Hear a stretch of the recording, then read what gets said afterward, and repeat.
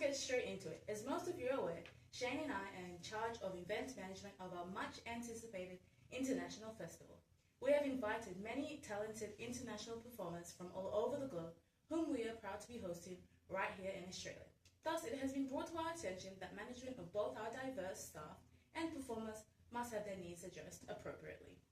First and foremost, we will be concentrating on the intercultural issues raised in the event team cultural management. The first potential area is the assurance of whether the integration of culture amongst staff members is maintained in a smooth and effortless manner. Secondly, there must be reinforcement and development of skills required to manage the cultural differences of members. And lastly, the barriers of intercultural communication. These concerns are resolved by three concepts: integration of culture, communication, and leadership. Within the concept of integration of culture, it was researched by well-known business academic Gert Hofstede. Hofstede mentions 5 dimensions of culture within the workplace. 1. Individualism. 2. Power distance. 3. Certainty avoidance. 4. Masculinity versus femininity. And 5. Long-term versus short-term orientation. The second concept is concerning communication. Communication barriers are a result of an inadequate transfer of information between sender and receiver. Thus, it causes a distorted message or loss of intentional meaning.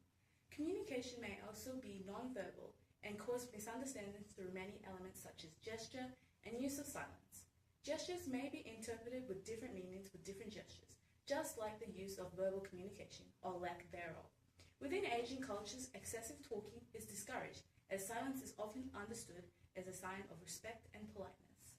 The use of silence, alike with gestures, can convey a certain meaning to one country and mean something else in another. Okay, finally, the concept of leadership. A manager equipped with relevant global skills and abilities is necessary for a culturally diverse group of members.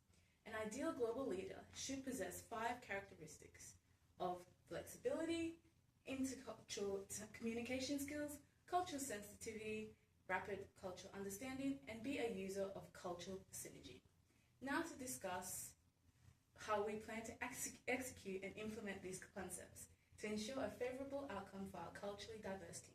For the integration of culture, we ought to hold pre-project meetings to ensure members understand their expectations.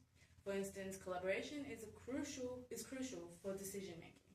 For communications, establishment of a communications plan prior to the event will ensure clarity in messages within the event management team.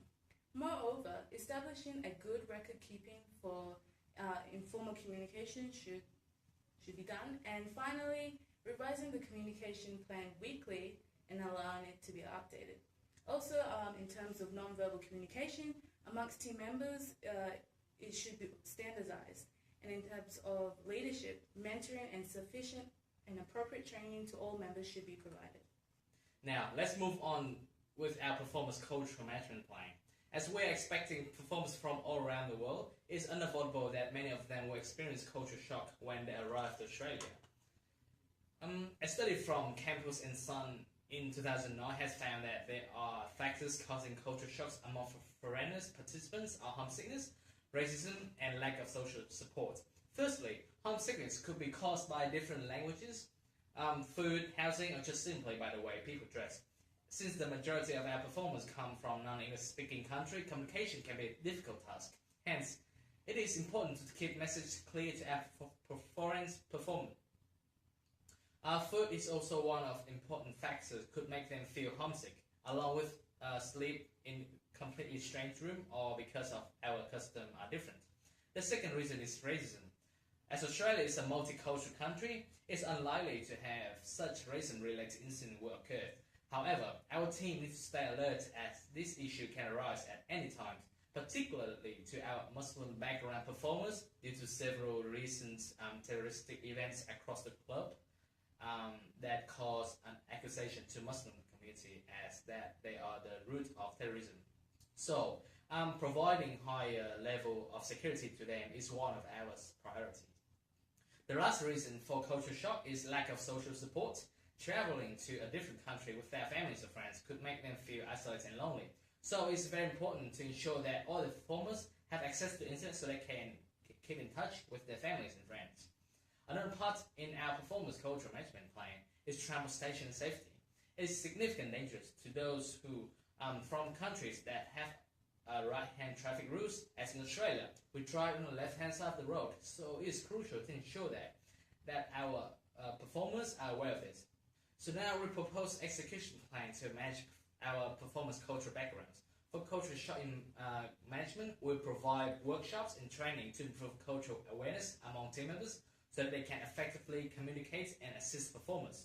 We provide extra security on site and performers accommodation to stop and remove negative components from impacting performance.